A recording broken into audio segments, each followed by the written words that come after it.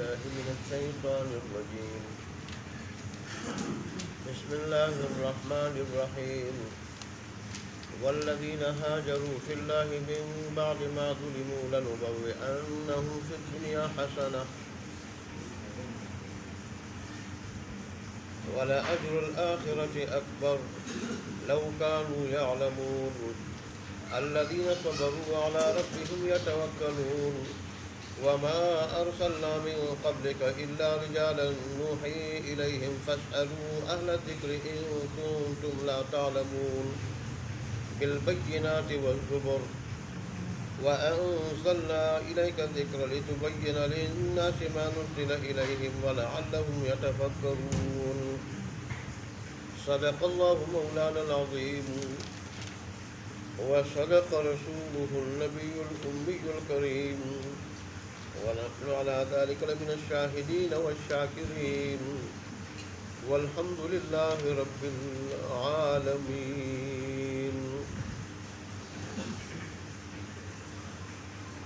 گزشتہ آیات میں اللہ تبارک و تعالیٰ نے اپنے نبی صلی اللہ علیہ وآلہ وسلم اور ایمان والوں کو تسلی دی تھی کہ آپ کی چاہت کے باوجود بھی سارے کے سارے کافر ایمان نہیں لائیں گے. یہ حکمت کے خلاف ہے. اللہ نے دنیا میں بھیجا انسان کو امتحان کے لیے، آزمائش کے لیے، تو ساروں کو اگر ایمان پہ مجبور کر دے اللہ، پھر امتحان کس کا ہوگا؟ اور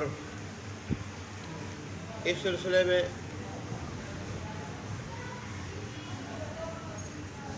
کافروں کے جو غلط خیالات تھے، خاص کر قیامت کے سلسلے میں، قیامت کے بارے میں، تو اللہ تبارک و تعالیٰ نے ان غلط خیالات کی تردید فرمائی. اور اللہ تبارک و فرماتے ہیں کہ یہ قسمیں کھاتے ہیں، پکی قسمیں، کہ جو لوگ مرد ہیں اللہ ان کو زندہ نہیں کرے گا، دوبارہ نہیں اٹھائے گا. کیوں نہیں؟ یہ اللہ کا پکا وعدہ ہے، اللہ اٹھائے گا دوبارہ. اکثر لوگ بے علمی کی وجہ سے اس کا انکار کرتے ہیں تاکہ اللہ تبارک و تعالیٰ ان کے سامنے بیان کرے، واضح کرے ان چیزوں کو، سامنے لائے ان چیزوں کو جن میں وہ اختلاف کرتے تھے، اور تاکہ کافر جان لے کہ وہ جھوٹے تھے جو یہ کہتے تھے کہ قیامت شامت نہیں. پھر اللہ نے اپنی کامل قدرت کا ذکر فرمایا کہ میری قدرت کا، طاقت کا اندازہ ایسے لگا لیں، جب میں کسی چیز کو پیدا کرنا چاہتا ہوں تو میں کہتا ہوں ہو جا، بس وہ چیز ہو جاتی. آج کی آیات میں اللہ تبارک و تعالیٰ نے ان مہاجرین اور مومنین کی فضیلت اور ان کا دنیا آخرت دونوں کے اندر ایمان اور ہجرت کے بدلے میں انہوں نے جو تکالیف اٹھائی، تکلیفیں برداشت کی ہیں، اللہ نے اس کا صلہ بیان کیا. میں ان کو اس کا صلہ دنیا آخرت دونوں میں دیتا ہوں. چنانچہ اللہ تبارک و تعالیٰ فرماتے ہیں والذین ہاجروا، اور وہ لوگ جنہوں نے ہجرت کی فی سبیل اللہ، اللہ تبارک و تعالیٰ کی رضا کی خاطر،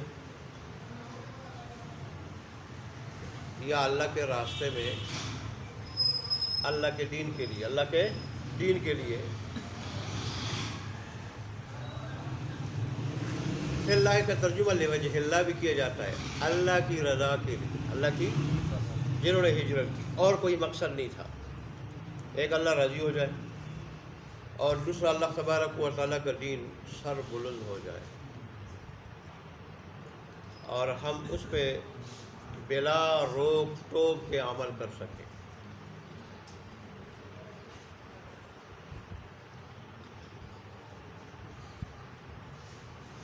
میں بعد ما ظلموا، بعد اس کے کہ ان پہ ظلم کیا گیا ایمان کے بدلے میں، ایمان کی وجہ سے ان پہ ظلم کیا گیا، جیسے مکی دور میں صحابہ پر مصائب کے پہاڑ توڑے جا رہے تھے، اور یہی وجہ ہے کہ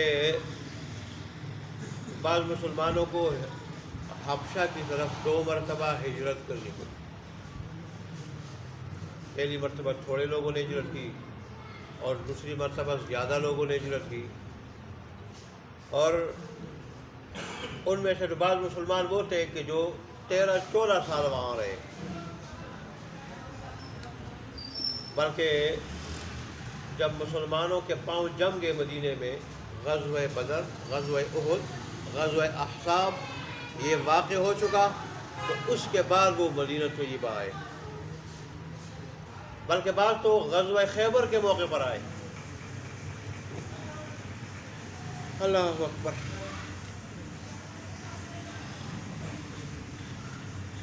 بعض مسلمان ایسے تھے کہ انہوں نے اپنا سب کچھ کافروں کو دے کے، مالدار ہونے کے باوجود سب کچھ کافروں کو دے کے پھر ہجرت کی، اور کافروں نے انہیں جانے لیا۔ بعضوں کی بیویاں روک لی گئی، بعضوں کے بچے روک لیے گئے، جیسے حضرت صہیب رضی اللہ عنہ کے بارے میں آتا ہے کہ انہوں نے اپنا سب کچھ جو بھی مدینے میں ان کے پاس تھا، کافر جانے نہیں دے رہے تھے، ہجرت کرنے نہیں دے رہے تھے، سب کچھ دے دیا، سب کچھ لوٹا کے اللہ کے دین کے لیے مکہ پہنچے۔ اور حضرت عمر رضی اللہ عنہ کہنے لگے کہ صہیب تو اللہ تبارک و تعالیٰ کا وہ بندہ ہے اور وہ مومن ہے کہ جس نے سب کچھ لوٹانے کے باوجود بھی بہت کچھ پا لیا ہے، بہت کچھ پا لیا ہے اپنے رب سے۔ اور رسول اللہ نے فرمایا کہ یہ ایسا آدمی ہے، یہ ارشاد رسول اللہ نے کبھی عمر کبیر کے بارے میں کہ صہیب ایسا آدمی ہے کہ اگر یہ اللہ تبارک و تعالیٰ سے نہ ڈرتا ہوتا، اللہ کا خوف اس کے دل میں نہ ہوتا، تو بھی گناہ سے بچتا، ایسا نیک آدمی تھا، ایسا نیک آدمی۔ انہوں نے بھی سب کچھ لوٹا کے کیا کی؟ ہجرت۔ یہ تو ایک ظاہری ہجرت ہے کہ اپنے دین کی حفاظت کے لیے، دین کو بچانے کے لیے، اپنے گھر بار کو، کاروبار کو اور برادری کو، وطن کو چھوڑ کے دوسری جگہ چلا جائے۔ یہ تو ظاہری ہجرت ہے، ایک باطنی ہجرت ہے۔ رسول اللہ صلی اللہ علیہ وسلم کا ایک باطنی ہجرت ہے، اور اصل ہجرت وہ ہے، اس ہجرت کی تو کبھی کبھار ضرورت پڑتی ہے، لیکن اس ہجرت کی ہر وقت انسان کو ضرورت ہے، ہر وقت۔ فرمایا کہ حقیقی مہاجر وہ ہے جو اللہ تبارک و تعالیٰ کی ممنوع کی ہوئی چیزوں کو چھوڑ دے، اللہ کی حرام کی ہوئی چیزوں کو، منع کی ہوئی چیزوں کو چھوڑ دے۔ حقیقی مہاجر وہ ہے، اور یہ وہ ہجرت ہے جس کی انسان کو ہر وقت ضرورت پڑتی ہے۔ دیکھیں ہم امن میں ہیں، لیکن اس ہجرت کی ہمیں بھی ضرورت ہے۔ یہ ایسی ہجرت ہے کہ اس کی ہر جگہ، ہر وقت، ہر لمحہ انسان کو ضرورت ہے۔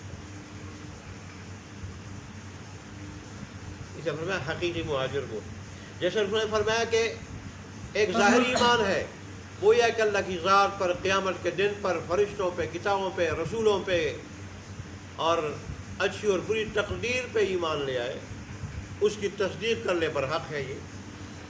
اور ایک ہے باطنی ایمان۔ باطنی ایمان کیا ہے؟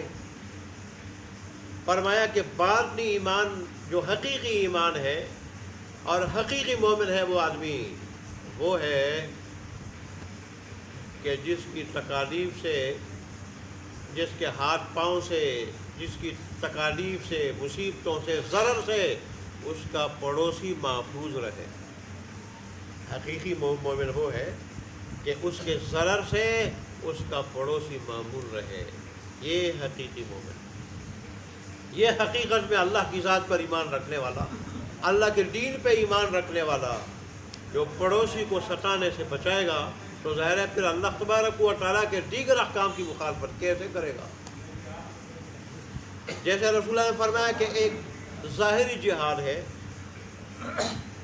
کہ تلوار لے کے یا بندوق لے کے اللہ کے دین اور اللہ کے دشمنوں کافروں کے ساتھ جہاد کرے، ان کو قتل کرے یا خود شہید ہو جائے، ان کو قتل کرتے کرتے خود شہید ہو جائے، ایک ظاہری جہاد ہے۔